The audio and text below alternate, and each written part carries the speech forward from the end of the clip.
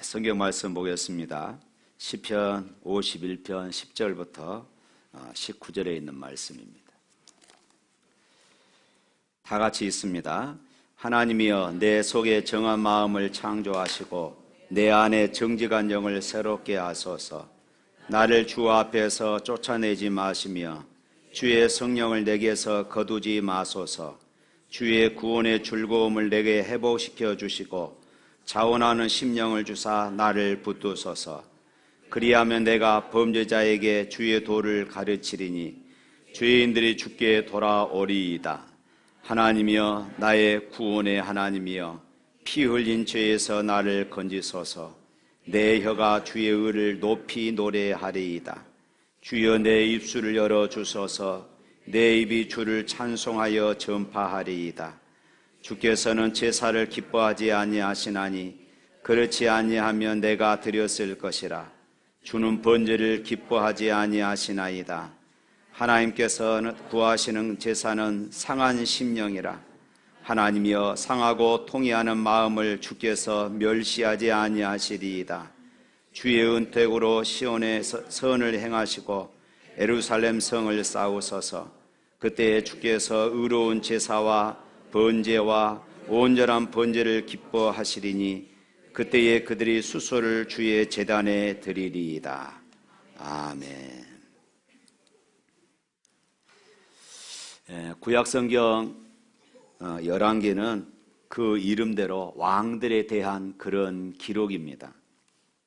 사울을 제외한 이스라엘과 유다의 모든 왕들의 그런 통치를 설명하고 있는 열왕기에는 다윗에 대해서 특별히 이렇게 소개하고 있습니다. 열왕기상 15장 5절 말씀입니다. 다윗이 햇사람 우리아의 일 외에는 평생에 여호와 보시기에 정직하게 행하고 자기에게 명령하신 모든 일을 어기지 아니하였습니다.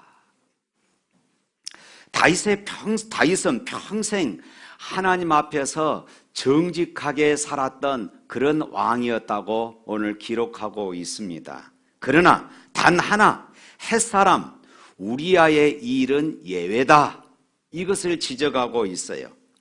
햇사람 우리아의 일이란 사무엘하 11장에 기록된 이야기입니다.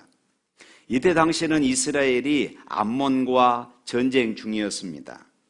다윗은 전쟁을 부하들에게 맡기고 궁에 남아 있었습니다. 저녁 때에 이제 왕궁을 거닐고 있다가 목욕 중인 밧세바를 보게 되었고 전령을 보내서 그 밧세바를 데려오게 하고 동침하게 되어집니다.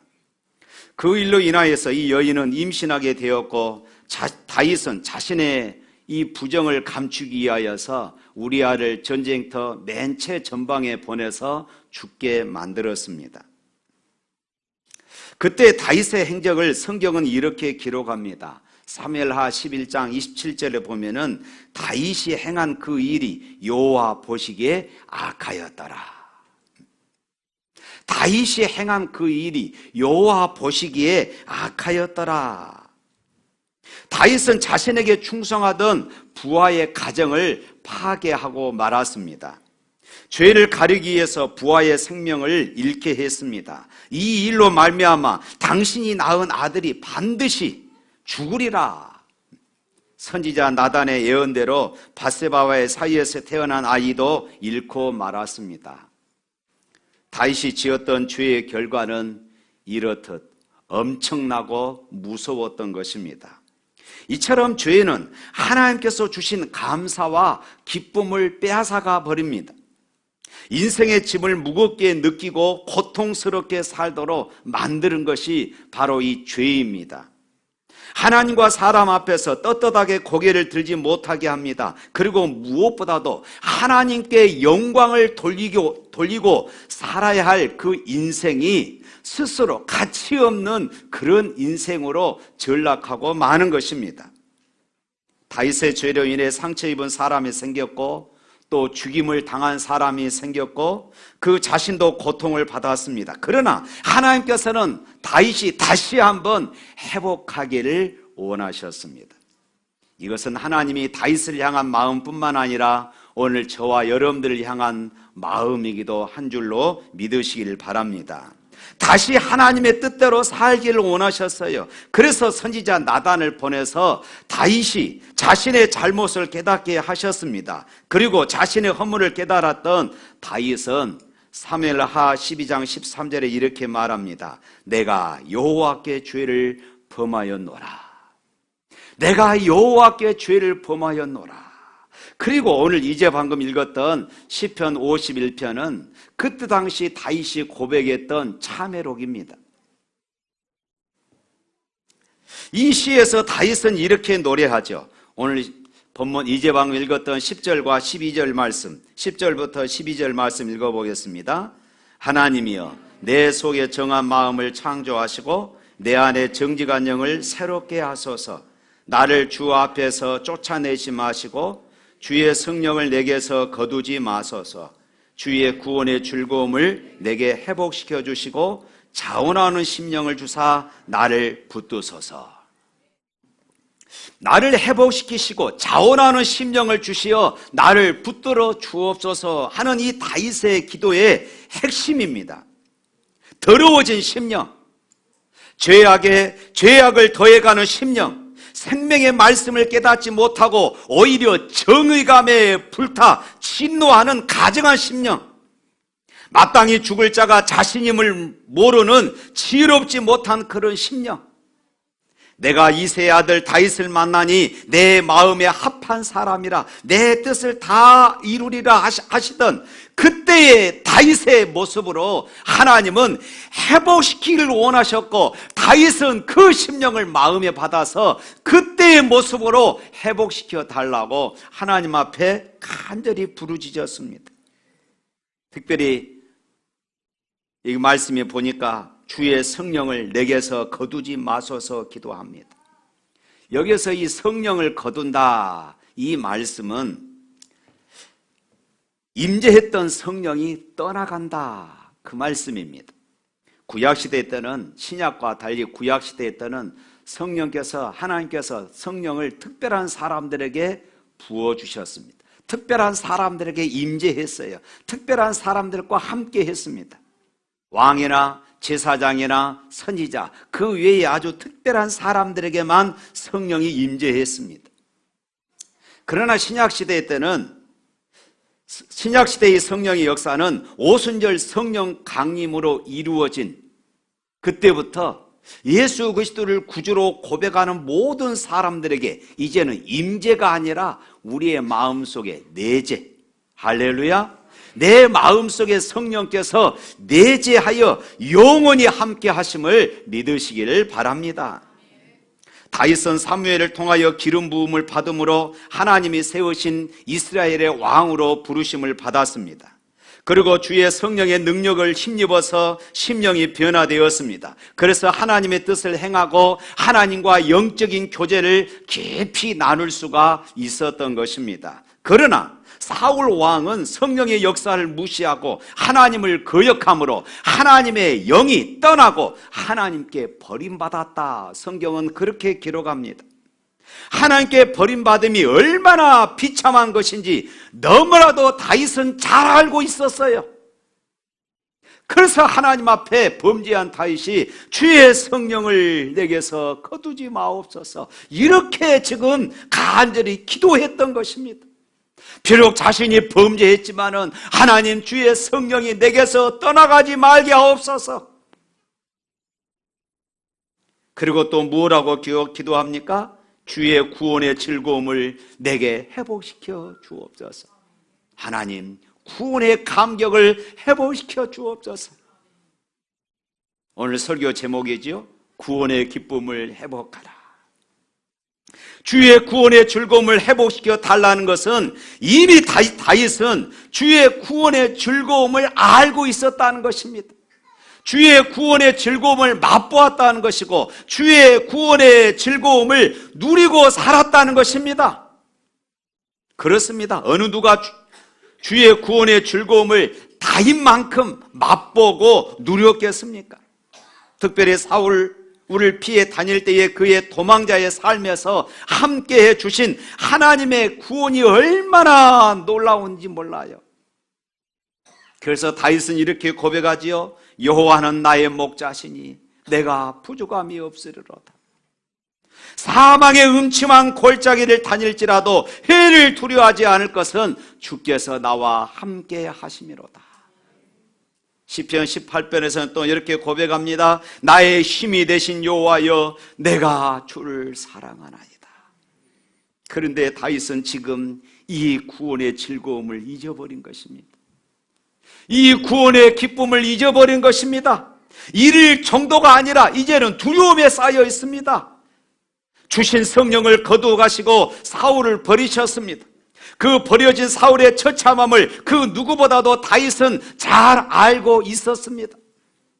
그 사울이 간 길을 이제 다윗 자신이 가야 한다는 그 두려움에 다윗은 떨고 있습니다. 그래서 이 죄인 용서하시고 지난날의 이 구원의 즐거움을 하나님 회복시켜 주옵소서.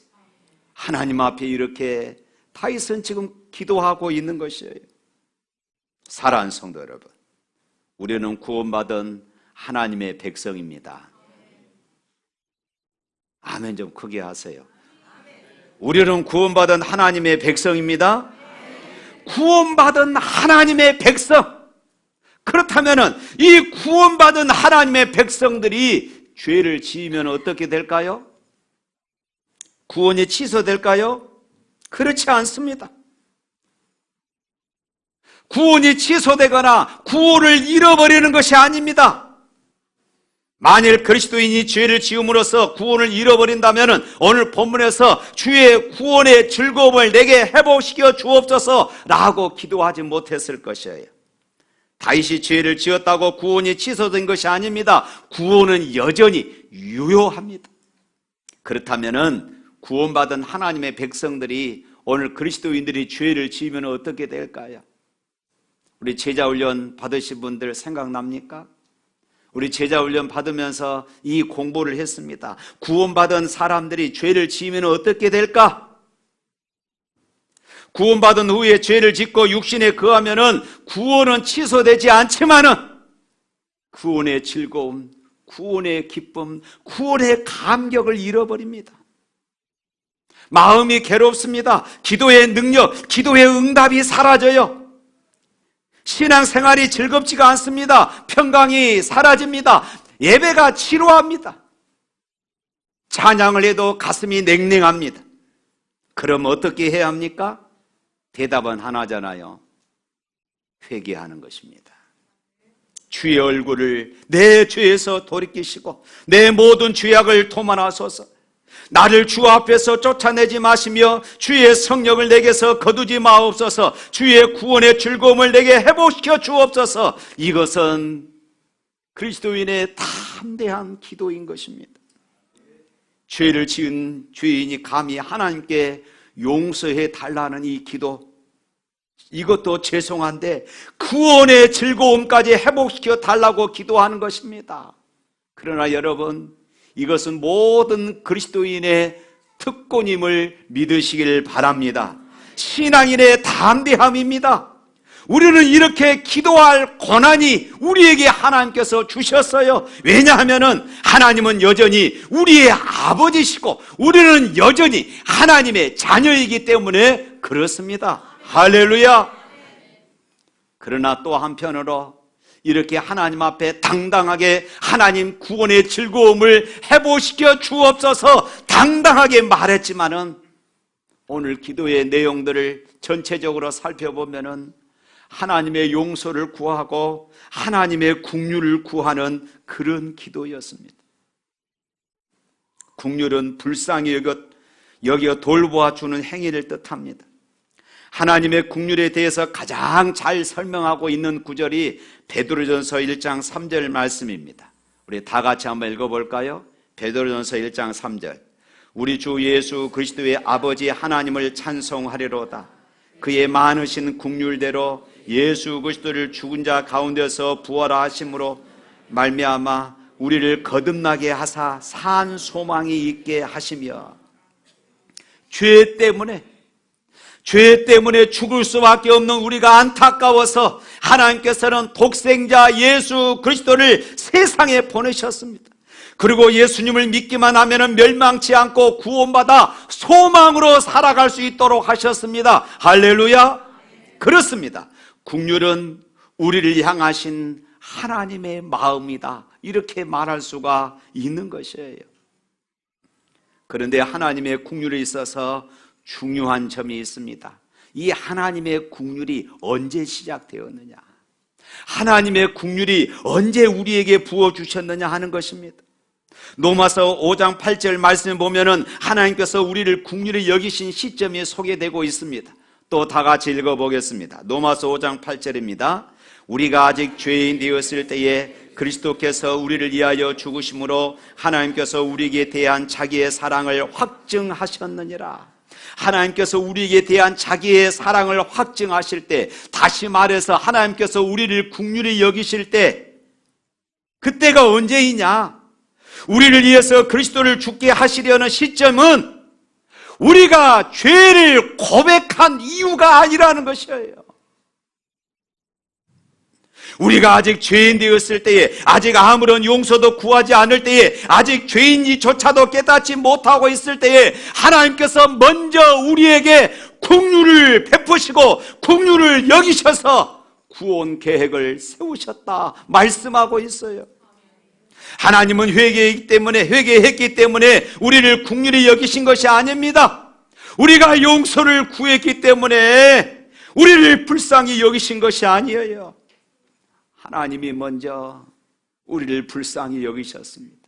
하나님이 먼저 우리를 긍휼히 여기셨기에 우리가 회개하기만 하면은 구원해 주시기 위해서 하나님께서 먼저 길을 열어주신 것이에요. 이것이 긍휼입니다.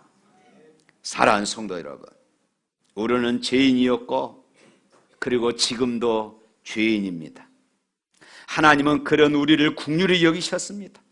우리가 회개하기도 전에 벌써 우리를 긍휼히 여기시고 우리를 위한 구원 계획을 세워두셨습니다. 우리를 받아들일 준비를 다 해놓고 계셨던 것입니다. 기다리고 계셨어요. 그러므로 회개는 이 하나님의 사랑을 믿는 믿음에서 출발하는 것이에요.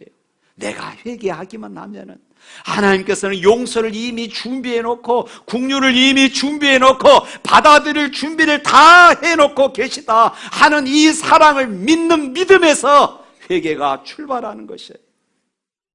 사랑하는 성도 여러분, 혹시 마음에 불편함이 있습니까? 하나님의 마음에 들게 살지 못해서 무엇인가 왠지 모를 마음의 불안함과 그리고 하나님의 긍휼을 의지하지 못하고 불편한 마음으로 살지는 않습니까? 그럼에도 불구하고 이 하나님의 사랑을 믿으시고 하나님의 용서를 구하고 하나님의 긍휼을 구하고 회개하고 다시 결단하여 회복시키시는 하나님의 은혜를 사모할 수 있기를 축원합니다. 그리고 다윗처럼 기도하시기를 바랍니다. 하나님, 내 안에 정결한 마음을 창조하여 주옵소서. 하나님, 정직한 영으로 새롭게 하여 주옵소서. 하나님, 구원의 즐거움을 회복시켜 주옵소서. 우리가 죄를 짓고 뻔뻔한 것 같지만은 그럼에도 불구하고 우리는 하나님 앞에 엎드려야 하는 것입니다. 특별히 오늘 17절 말씀 한번 읽어봅니다. 하나님께서 구하시는 제사는 상한 심령이라. 하나님이여 상하고 통회하는 마음을 주께서 멸시하지 아니하시리이다. 여기에서 상한 심령, 이것은 마음을 찢다 하는 그런 의미입니다. 마음을 찢는 회개입니다. 마음을 찢는다는 것은 어떻게 하는 것일까요? 예수님께서 십자가에서 돌아가시는 순간 성전 지성소에 휘장이 위에서 아래로 둘러 쫙 찢어져 버렸습니다.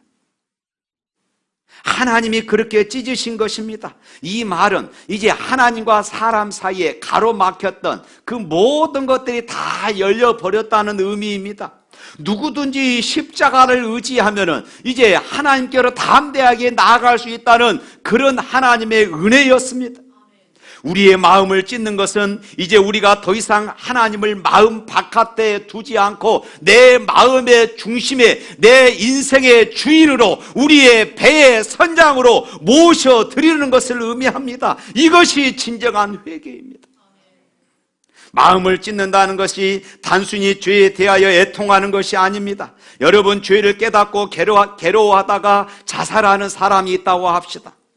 이 사람이 정말로 얼마나 죄를 깊이 깨닫고 후회한 것입니까? 그러나 이것이 마음을 찢는 것이 아니라는 것이에요.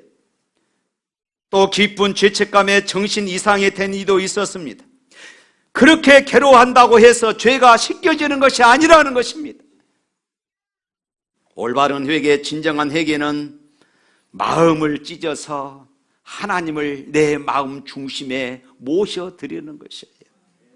이것이 우리가 죄를 이기고 거룩하게 살아가는 하나님의 방법이었습니다. 사무엘하 12장 9절 말씀 보면은 이렇게 기록하고 있습니다. 우리 다 같이 읽어봅니다. 그러한데 어찌하여 내가 여호와의 말씀을 업신여기고 나 보기에 악을 행하였느냐? 내가 칼로 햇사람 우리아를 치되 암몬 자손의 칼로 죽이고 그의 아내를 빼앗아 내 아내로 삼았도다. 다윗은 하나님을 업신 여길 사람이 아니지 않습니까? 그런데 결국 그렇게 되고 말았습니다. 왜 그랬을까요? 마귀의 유혹으로 다윗이 눈이 가려져 버렸기 때문입니다. 그래서 하나님을 보지 못한 것입니다. 하나님을 의식하지 못한 것입니다. 하나님의 함께 하심을 깨닫지 못한 것이에요. 그런데 그 죄 짓는 다윗의 모습을 지켜보신 하나님의 마음 또한 어떠했겠습니까? 우리는 이것을 생각해야 합니다. 다윗이 자신의 부하의 아내와 간음할 때, 끝까지 자신에게 충성스러웠던 우리아를 죽게 했을 때 그것을 보시는 하나님의 마음이 어떠했겠습니까?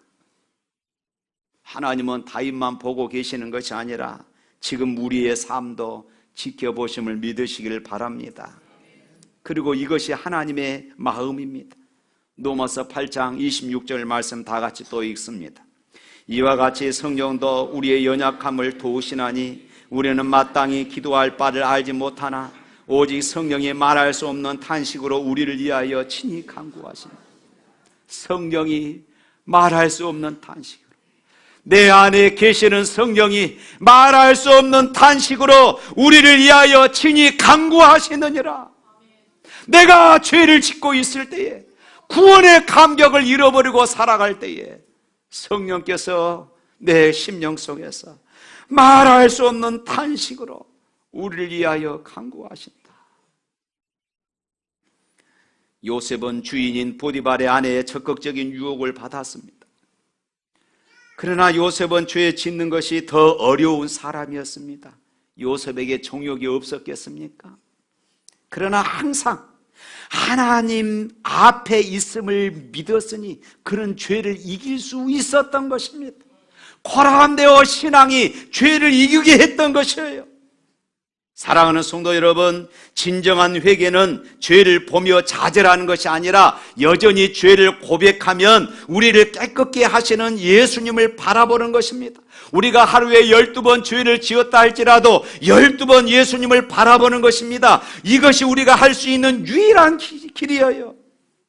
우리가 이렇게 예수님을 계속 바라보면은 예수님께서 나와 함께 하심이 믿어지고 내 안에 성령이 탄식하고 계심이 믿어지게 되고 결국 죄를 이기게 되는 것입니다. 그래서 죄를 이기는 삶은 하나님과 친밀한 관계에 달려있다는 것을 깨닫게 되어져요. 하나님께서 내 마음속에 계심을 정말 믿게 되었을 때에 진짜로 우리가 예수님을 믿게 되어지는 것입니다. 그때부터 우리의 삶은 달라지는 것입니다. 구원의 기쁨이 회복되어지는 것이에요. 그래서 오늘 15절에 이렇게 고백하죠. 15절, 주여 내 입술을 열어주소서. 내 입이 주를 찬송하여 전파하리다. 찬송이 회복된다는 것입니다. 구원의 기쁨이 회복되면 찬송이 회복되어져요. 그리고 19절 말씀 또 읽습니다. 19절 그때에 주께서 의로운 제사와 번제와 온전한 번제를 기뻐하시리니 그때에 그들이 수소를 주의 제단에 드리리이다. 진정한 예배가 회복되어지는 것이에요. 다윗은 간음하고도 살인하고도 아마 매일 하나님 앞에 제사를 드렸을 것입니다. 왜냐하면 그는 왕이었고 부자였기 때문입니다. 또 신앙인이었습니다. 소와 양은 얼마든지 제물로 바칠 수 있었습니다. 그러나 이런 제사는 완전히 헛수고였습니다. 왜냐하면 하나님께 상달되지 않았기 때문입니다. 그래서 오늘 16절에 그렇게 고백하죠. 주께서는 제사를 기뻐하지 아니하시나니 그렇지 아니하시면 내가 드렸을 것이라. 주는 번제를 기뻐하지 아니하시리이다. 하나님은 예배를 받지 않으신다고 말씀하고 있어요. 죄를 가지고 있는, 죄를 감추고 있는 회개가 없는 예배, 하나님이 받지 않으신다고 말씀합니다. 그러나 상한 심령으로 나갈 때에 예배가 회복되어진다고 말씀합니다. 사랑하는 성도 여러분, 죄를 짓고 구원의 기쁨을 잃었던 다윗은 하나님 앞에 이렇게 기도합니다. 정결한 마음 주시옵소서. 오 주님, 정직한 영을 새롭게 하소서. 정결한 마음 주시옵소서. 오 주님, 정직한 영을 새롭게 하소서. 다 같이 부를까요? 나를 주님 앞에서 멀리 하지 마시고 주의 성령을 거두지 마옵소서. 그 구원의 기쁨 다시 회복시키시며 변치 않는 맘 내 안에 주소서. 나를 주님 앞에서 멀리 하지 마시고 주의 성령을 거두지 마옵소서. 그 구원의 기쁨 다시 회복시키시며 변치 않는 맘 내 안에 주소서. 하나님, 정한 마음을 주시옵소서. 정직한 영을 새롭게 하여 주시옵소서. 주의 성령을 내게 거두지 마옵소서. 구원의 즐거움을 회복시켜 주옵소서. 다윗은 자신을 바라보고 죄악에 죄악을 더하는 자신의 죄악을 바라보고 그런 하나님의 긍휼을 바라보았습니다. 그리고 회개와 감사로 눈물 바다를 이루고 있는 것입니다. 이때는 왕의 체면도 왕의 권세도 다 버리고 진정 가슴 깊이에서 우러나오는 마음을 찢는 그런 회개로 하나님 앞에 지금 부르짖고 있는 것이었습니다. 사랑하는 성도 여러분, 오늘 여러분들은 어떻습니까? 구원의 기쁨을 간직하고 살아갑니까? 예배의 감격이 있습니까? 기도의 감동, 기도의 응답을 누리며 살아가고 있습니까? 찬양의 감동이 있습니까? 봉사와 헌신의 기쁨이 있습니까? 하나님의 긍휼을 구하시기를 바랍니다. 내 마음을 찢고 회개하시기를 바랍니다. 그리고 구원의 기쁨을 회복하는 저와 여러분이 되시기를 축원합니다.